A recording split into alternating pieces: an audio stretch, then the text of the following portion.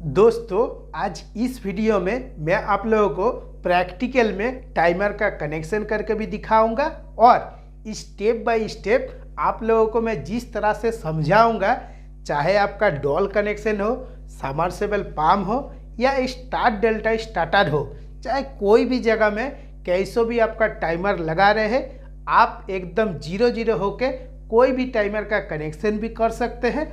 और टाइमर ख़राब हो गया है या टाइमर अच्छा है, प्रॉपर तरीक़ा से किस तरह से चेक करना है वो भी मैं आप लोगों को स्टेप बाय स्टेप समझाऊंगा और प्रैक्टिकल पे भी करके दिखाऊंगा।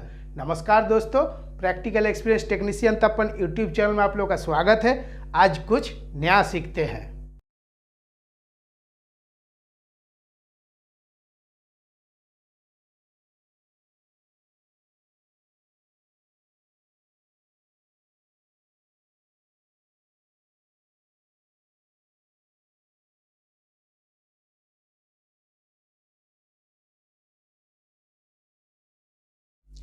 दोस्तों, टाइमर लेके हम लोगों को बहुत सारा डाउट रहता है, लेकिन इस वीडियो को देखने के बाद आपके अंदर में जो भी डाउट है सारा डाउट क्लियर हो जाएगा। आज मैं आप लोगों को ये जो बाल फोल्डर है, तो बाल फोल्डर देके ही समझाऊंगा। इसके जगह में आप 3 पोल कॉन्टैक्टर का भी यूज कर सकते हैं, लेकिन कुछ चीज़ जो है वो आपको पहले ही जानना ज़रूरी है।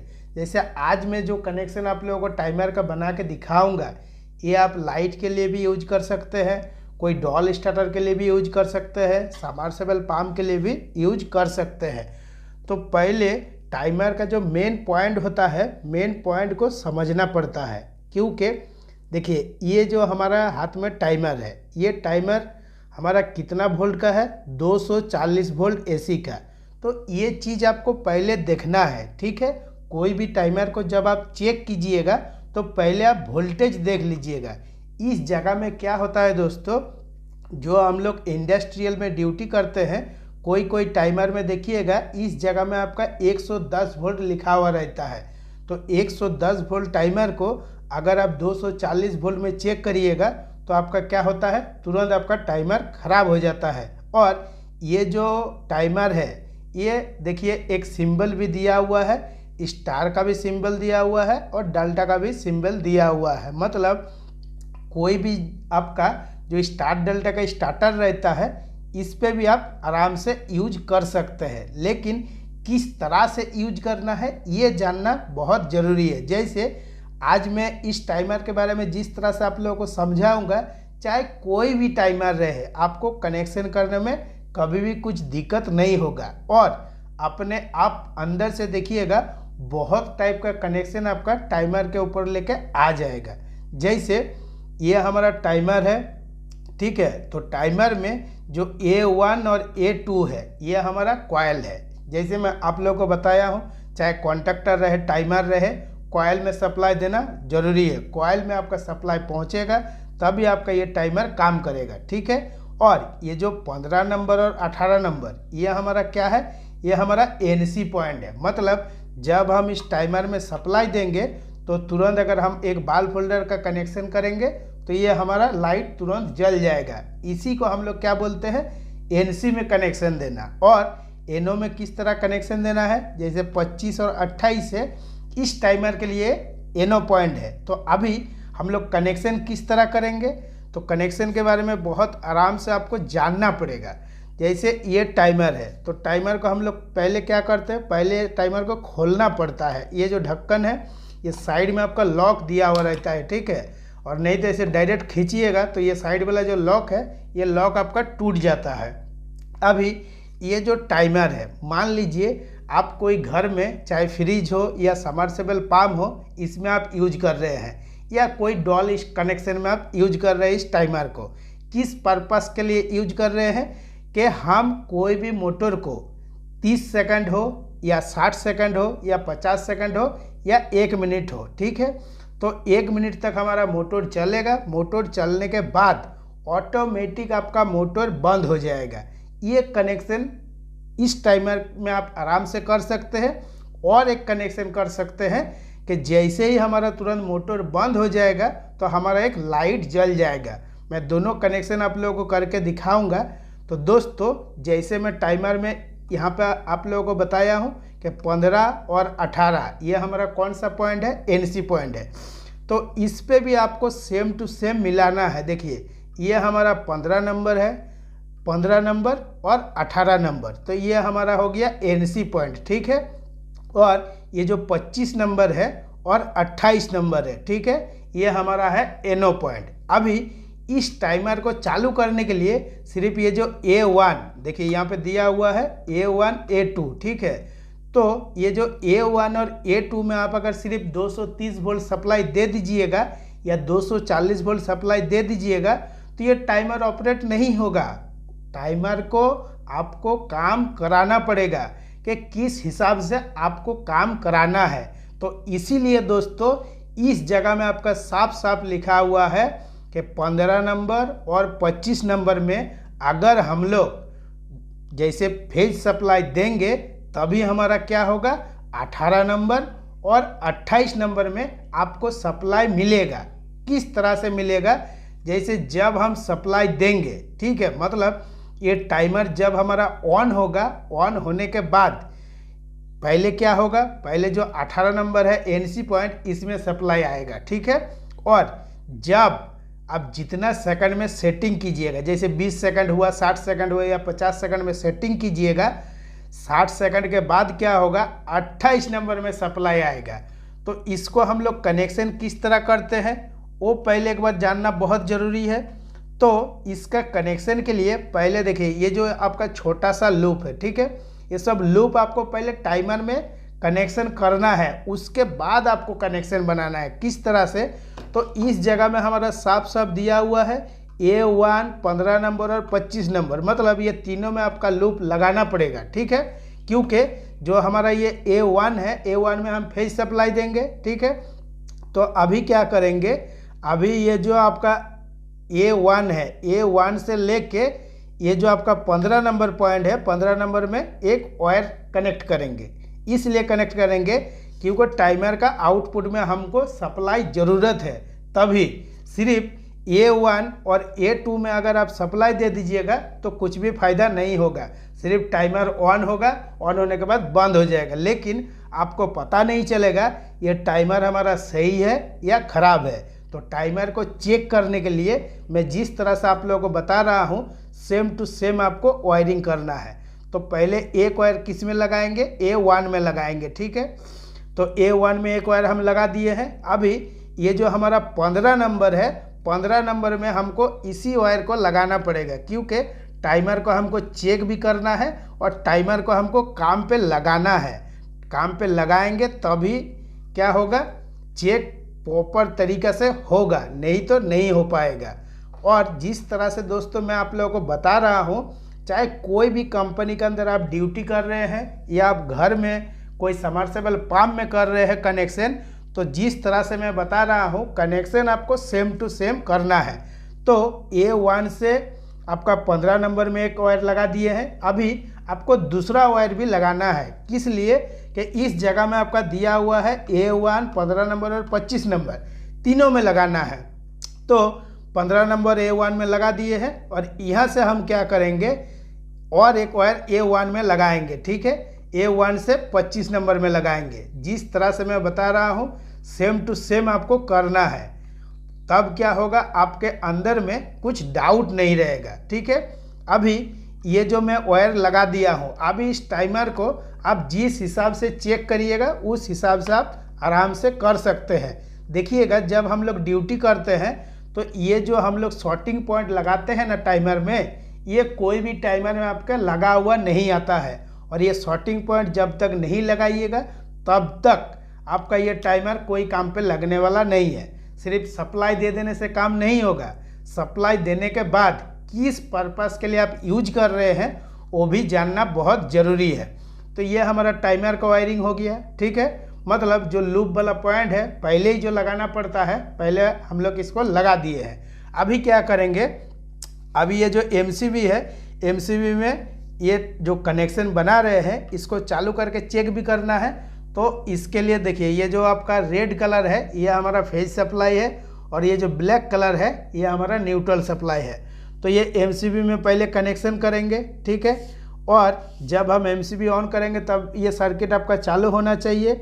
और एमसीबी में हम लोग क्या करते हैं, जो आपका ये नीचे तरफ कनेक्शन करते हैं इसको हम लोग इनपुट बोलते हैं और ऊपर से जो कनेक्शन आउट करते हैं इसको हम लोग आउटपुट बोलते हैं। तो इनपुट में हम लोग क्या करेंगे, न्यूट्रल और फेज का कनेक्शन करेंगे एकदम बहुत आसान तरीक़े से। देखिएगा मैं जो भी वीडियो बनाता हूँ जितना हो सके आसान तरीक़े से मैं आप लोगों को समझाता हूँ, और शायद इतना आसान और दूसरा कोई यूट्यूब चैनल में आपको बिल्कुल भी नहीं मिलेगा, क्योंकि दोस्तों मैं आप लोगों के साथ ऑलरेडी प्रैक्टिकल एक्सपीरियंस शेयर करता हूँ, ठीक है। और देखिएगा कोई भी वायरिंग कीजिएगा थोड़ा सा वायर डेसिंग रहता है तो देखने में काफ़ी अच्छा लगता है। तो दोस्तों एमसीबी में एक फेज और एक न्यूट्रल हम कनेक्ट कर दिए हैं, ठीक है। अभी इसका आउटपुट से भी हमको कनेक्शन करना है। किस तरह से कनेक्शन करेंगे, जो हमारा ये A1 है, A1 में हमको फेज सप्लाई देना है, ठीक है। और ये जो हम लूप लगा देते हैं तो A1 में जो फेज सप्लाई आपका एमसीबी से आउट होके आएगा इस पे भी आप लगा सकते हैं, इस पे भी लगा सकते हैं, इस पे भी लगा सकते हैं, जिसमें आपको सुविधा है उसी में आपको कनेक्शन करना है। ये कोई ज़रूरी नहीं है कि A1 में 2 गो वायर आपका लगा हुआ है इसी जगह में आपको ठोसना है। इसी जगह में ठोसिएगा तो क्या होगा, बहुत सा दिक्कत भी होता है और कनेक्शन करने में बहुत मुश्किल होता है, क्योंकि इतना सा कम जगह में आपका 3 वायर घुसने का जगह नहीं है। तो आराम से आप ऊपर पे भी लगा सकते हैं, साइड पे भी लगा सकते हैं, जैसे मैं लगा रहा हूँ, ठीक है। तो ये जो हमारा और एक फेज का जो एमसीबी से हम फेज लेंगे, ठीक है, तो एमसीबी वाला फेज हम क्या करेंगे, इसमें लगा देंगे। टोटली देखिए एकदम पैरेलल कनेक्शन हो गया। अभी क्या होगा, अभी ये टाइमर को हम चेक भी कर सकते हैं और जिस हिसाब से काम कराएंगे उसी हिसाब से काम होगा।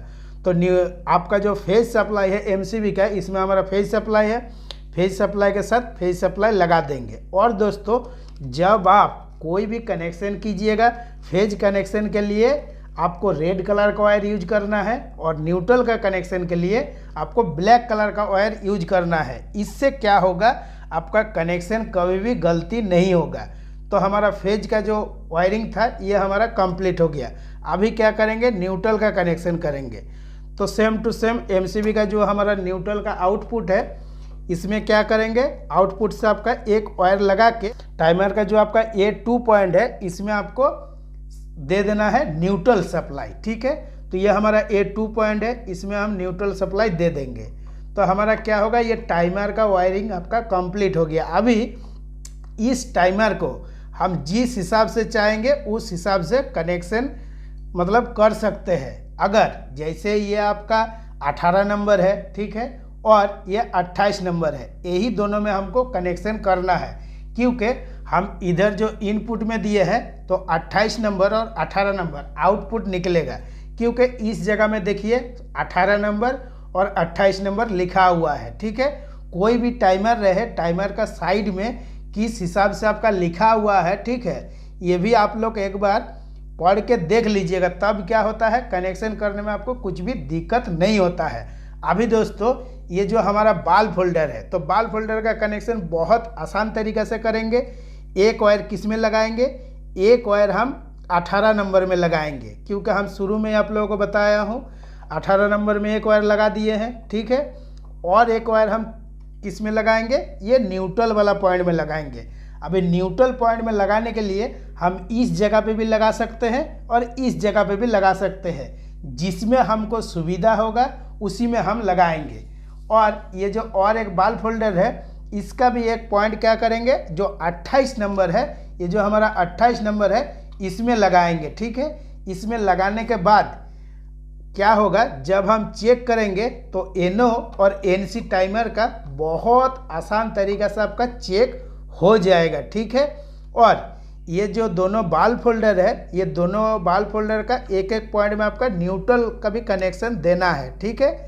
तो न्यूट्रल के लिए जब टाइमर में हमारा A2 में न्यूट्रल है इसी जगह में हम लगाएंगे, ठीक है। तब क्या होगा, बहुत जल्दी कनेक्शन भी हो जाएगा और टाइमर चेक करने में आपको कुछ दिक्कत भी नहीं होगा। और जिस तरह से दोस्तों मैं आप लोगों को टाइमर चेकिंग का प्रोसेस दिखा रहा हूँ, ठीक है, ये वीडियो है इसीलिए हमको धीरे धीरे समझाना पड़ रहा है, नहीं तो ये सब काम में आपको कितना टाइम लगता है, सिर्फ 1 से 2 मिनट टाइम में ही आपका हो जाता है। अभी क्या करेंगे दोस्तों, ये जो 230 वोल्ट सप्लाई है, 230 वोल्ट सप्लाई चालू करेंगे और चालू करने के बाद एमसीबी ऑन करेंगे और इसको चेक करेंगे कि प्रॉपर तरीके से काम कर रहा है या नहीं कर रहा है। तो अभी 230 वोल्ट सप्लाई हम चालू कर दिए हैं, ठीक है। अभी एमसीबी को ऑन करेंगे। जैसे ही एमसीबी ऑन करेंगे तो ये जो हमारा 18 नंबर है, 18 नंबर हमारा एनसी पॉइंट है। तो पहले आपका ये जो लैम्प है, ये लैम्प पहले जलेगा और जिस हिसाब से हम इस टाइमर को सेटिंग करेंगे, अगर 20 सेकंड में सेटिंग करेंगे या 50 सेकंड में या 60 सेकंड में, जिस हिसाब से सेटिंग करेंगे उतना टाइम के बाद ऑटोमेटिक ये लाइट हमारा बंद हो जाएगा और दूसरा लाइट हमारा जल जाएगा। तो ये अगर होगा तभी आपका क्या होगा, ये टाइमर आपका ठीक है। अगर प्रोसेस में कुछ भी गलत हो रहा है कि उल्टा पुल्टा हो रहा है, तब आपको समझना कि ये टाइमर हमारा ख़राब है। तो अभी हम ऑन कर दिए। ऑन करने के साथ साथ देखिए जो टाइमर है, टाइमर का आपका लाइट जल गया, ठीक है। और 3 सेकंड में सेटिंग था, 3 सेकंड बाद दूसरा हमारा लाइट जल गया, ठीक है। अभी इस टाइमर को हम क्या करेंगे, हम थोड़ा सा सेटिंग बढ़ा देंगे, जैसे 20 सेकंड में कर दिए, ठीक है। कि क्रेन में या स्टार्ट डेल्टा में जब आप इस टाइमर को जाकर लगाइएगा तो जिस हिसाब से आपका ज़रूरत है उस हिसाब से आपको टाइम भी तो सेट करना है। ऐसा नहीं है कि आप इसको चेक नहीं किए, ये दोनों में वायर लगा के चेक करके लेके चले गए, वहाँ जाकर आप टाइम सेट कर रहे हैं तो देख रहे हैं टाइम सेट हो ही नहीं रहा है, मतलब ये नॉब आपका ख़राब है। ऐसा बिल्कुल भी नहीं करना है। जब भी आप कोई भी टाइमर को चेक कीजिएगा, जहाँ पे चेक कीजिएगा सारा चीज़ पॉइंट टू पॉइंट आपको चेक कर लेना है। तो अभी हम इस टाइमर को एक बार बंद करेंगे और ये जो 20 सेकंड में हम सेटिंग किए हैं, 20 सेकंड तक हम इंतज़ार करेंगे कि हमारा प्रॉपर तरीक़ा से काम कर रहा है या नहीं कर रहा है। अभी टाइमर को ऑन कर दिया, देखिए ये लाइट भी जल गया है। अभी 20 सेकंड होगा तो 20 सेकंड के बाद क्या होगा, ये हमारा जो एनसी पॉइंट है, ये एनसी पॉइंट हमारा एनो हो जाएगा और ये जो हमारा एनो पॉइंट है ये हमारा एनसी हो जाएगा। इसी तरह से दोस्तों आपको टाइमर को चेक करना है, ठीक है, जिस तरह से मैं आपको दिखाया हूँ। और प्रैक्टिकल में जब मैं करके दिखा दिया हूँ, शायद आप लोगों के अंदर में और कुछ भी डाउट नहीं रहेगा टाइमर के ऊपर। दोस्तों वीडियो अच्छा है तो लाइक शेयर कमेंट जरूर कीजिएगा, क्योंकि मैं इसी टाइप का कंटेंट बनाता रहता हूं और जितना हो सके मैं आप लोगों का हेल्प करता हूं। नमस्कार, जय हिंद।